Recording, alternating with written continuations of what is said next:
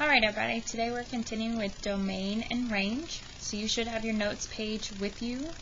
As you go through this, the PowerPoint will follow the notes.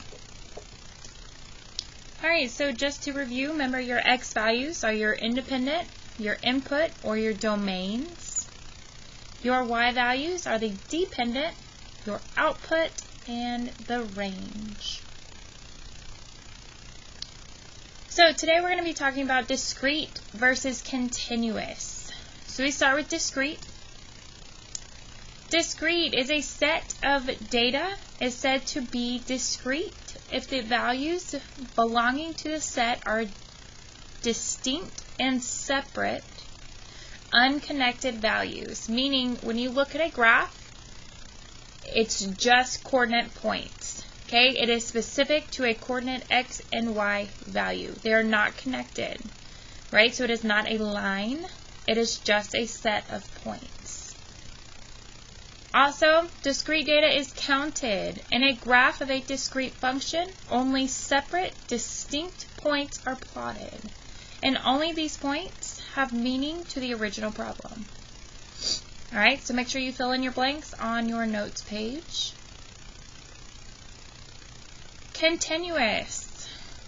A set of data is said to be continuous if the values belonging to the set can take on any value within a finite or infinite interval. Alright, so continuous. This is what you've seen when we've looked at linear functions. Okay, any line is continuous because it is stretching across any points on those graphs. Okay, so it doesn't have just a specific coordinate point of like 1, 2, right? You can also have the coordinate point of like 1.75, okay, and 2.35, right? It goes through as a straight line, or any kind of line. It doesn't have to be straight. Continuous data can be measured. In a graph of a continuous function, these points are connected with a continuous line, since every point has meaning to the original problem. Alright, so continuous, going straight through a graph of any kind of connected line. Makes it continuous. Alright, so here's the first scenario on your paper. We're comparing ride tickets at a carnival and the cost of $2 each. Which quantity is the independent variable of this situation? Remember, independent stands for your X values, right? So if you look at the graph on the side of your paper, okay, it has an X and a Y coordinate for you. Right, so the independent would be your tickets. Which quantity is the dependent variable of the situation? Right? The number of tickets depends, causes your cost to rise. Right? So therefore your cost is your dependent. My cost depends on the number of tickets. The more tickets I buy, the more it costs. What values for number of tickets would you make sense for this scenario? Okay? What numbers are we talking about, right? How many tickets could we buy? We could buy like 1, 2, 3, etc., right? So we're looking for whole numbers.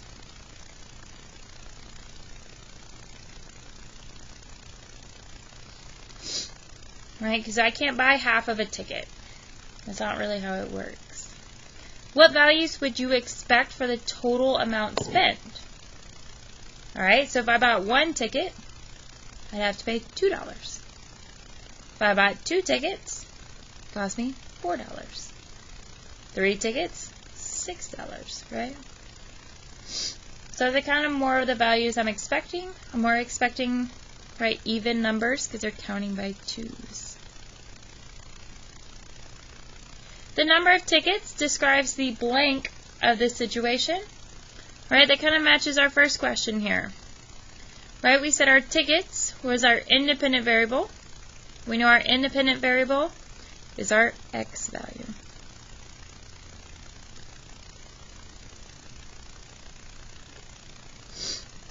So the total amount spent describes which is what we talked about here, with our dependent. The cost is our dependent variable. We say our dependent is the y value.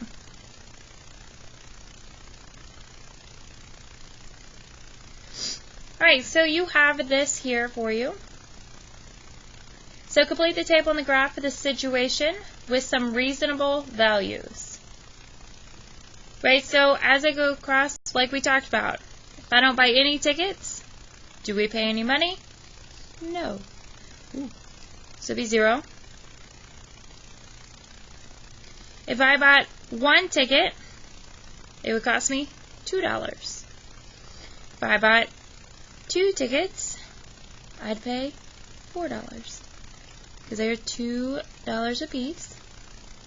If I bought 3, right, it cost me 6. 4 tickets, come on, would cost me 8.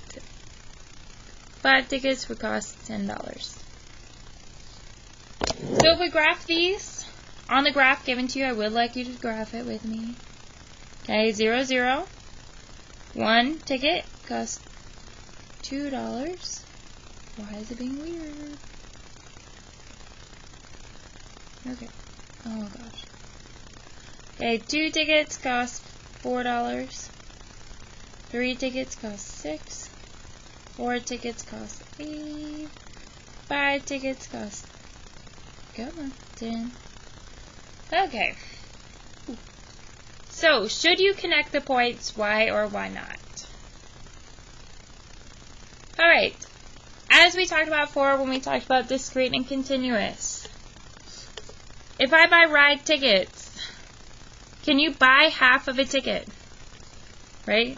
If I were to go here, could I buy half a ticket? No. Right? So we cannot connect the points.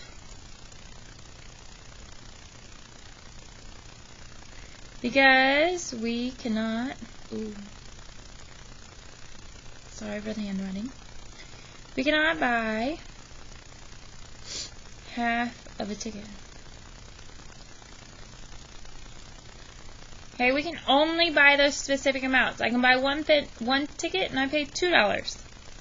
Right? If I buy 10 tickets, I'd be paying $20. But there's no in between. So therefore, as we go across, right, so here's our table and our graph. Ride tickets cost $2 each. Your domain, remember domain is talking about the x values.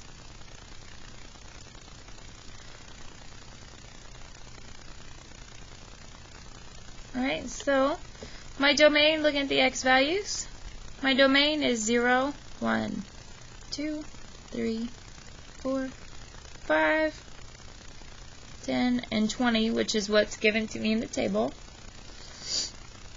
Your range is the y values.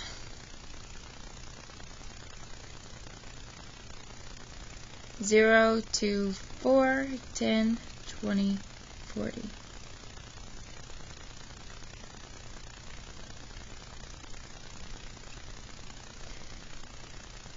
Alright. So your rate of change. Remember, rate of change is another word for slope. Your rate of change is what it's changing by, which we know is $2 each.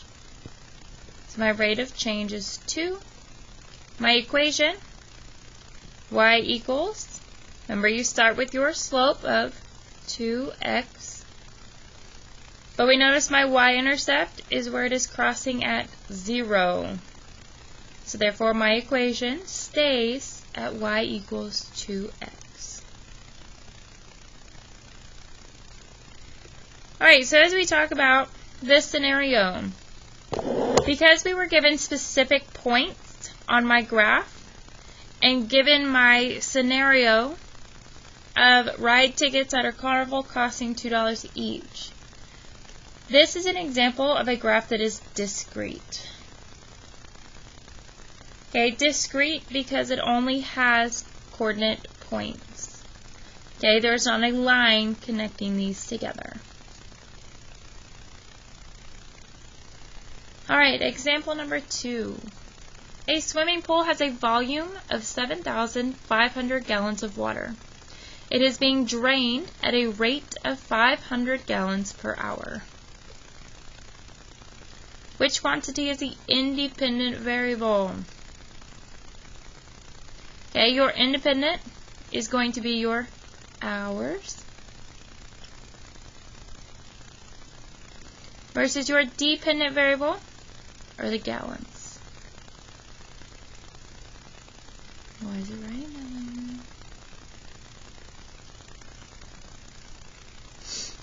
Gallons of water.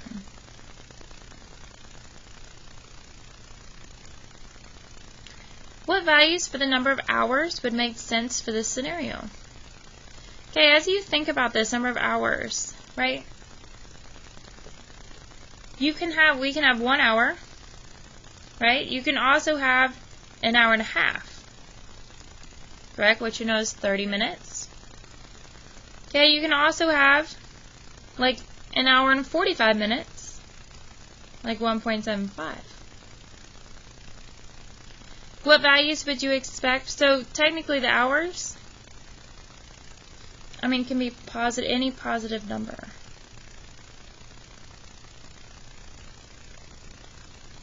Guys, I'm sorry, I don't know why this is writing so weird today.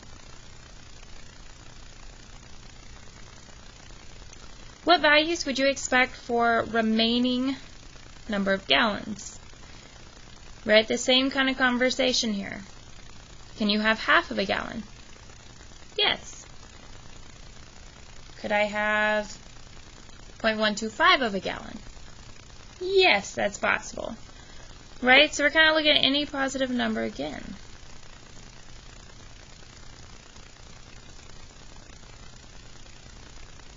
Alright.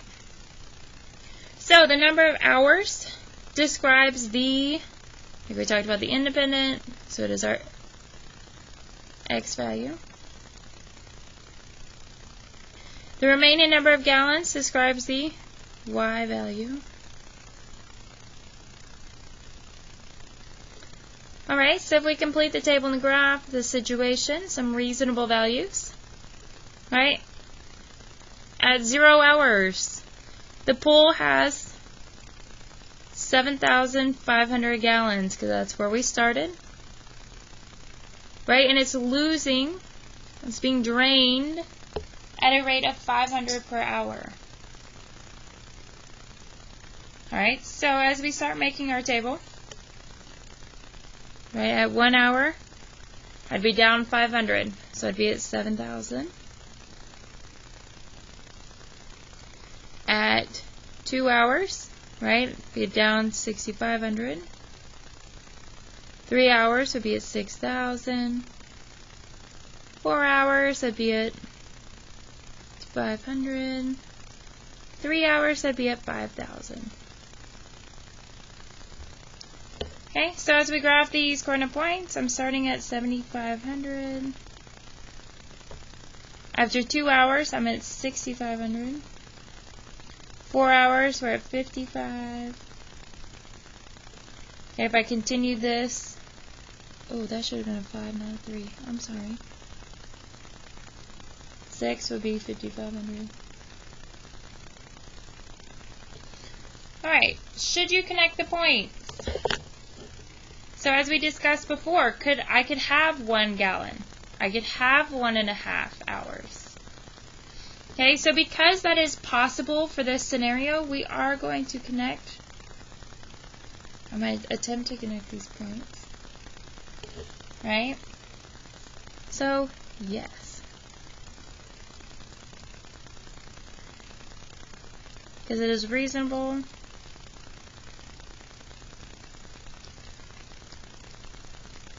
to have decimals with our scenario.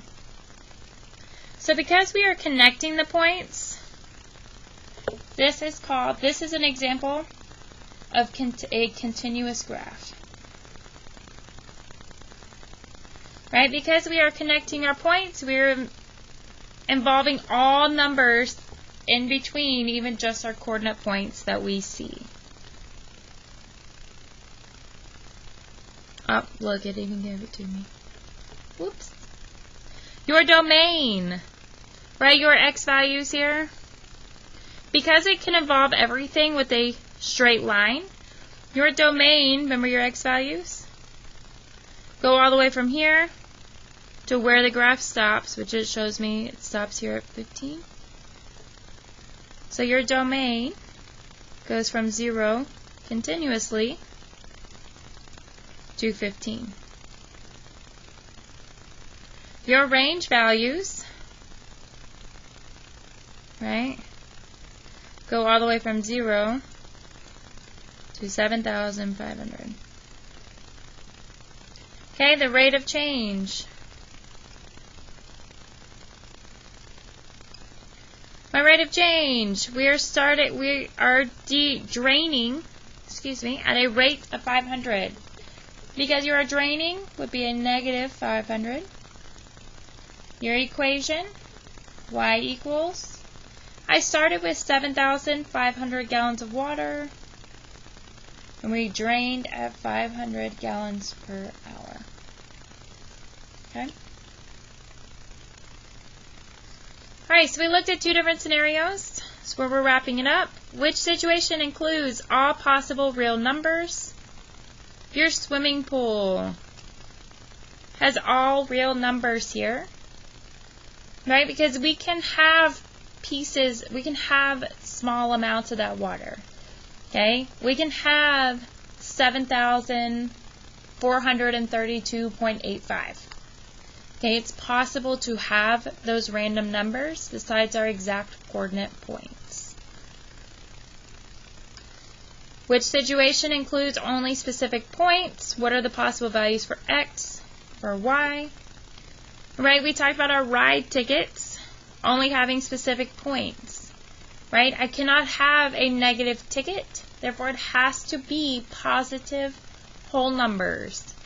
Okay, they will not accept an IOU for money, therefore it has to be a positive whole number. Alright, so here's some examples I want you to try. The questions will come up. They're the only questions for today.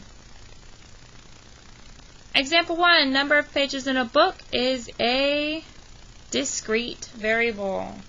Okay, there are only certain pages in a book, cannot have, like they don't number the pages by halves or quarters.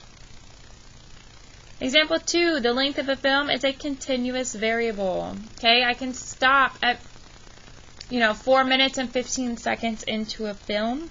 That's possible. Shoe size is a blank variable. It is discrete.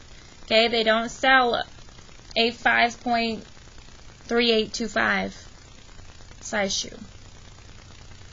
Example 4, temperature is a continuous variable.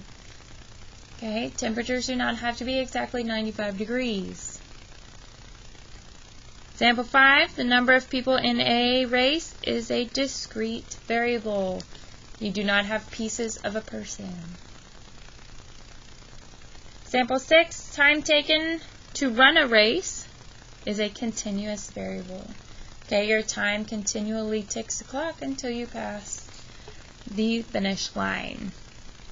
Alright, that's all for today. Please go ahead and leave your notes or anything in the very last question for me. Be ready for class when you come.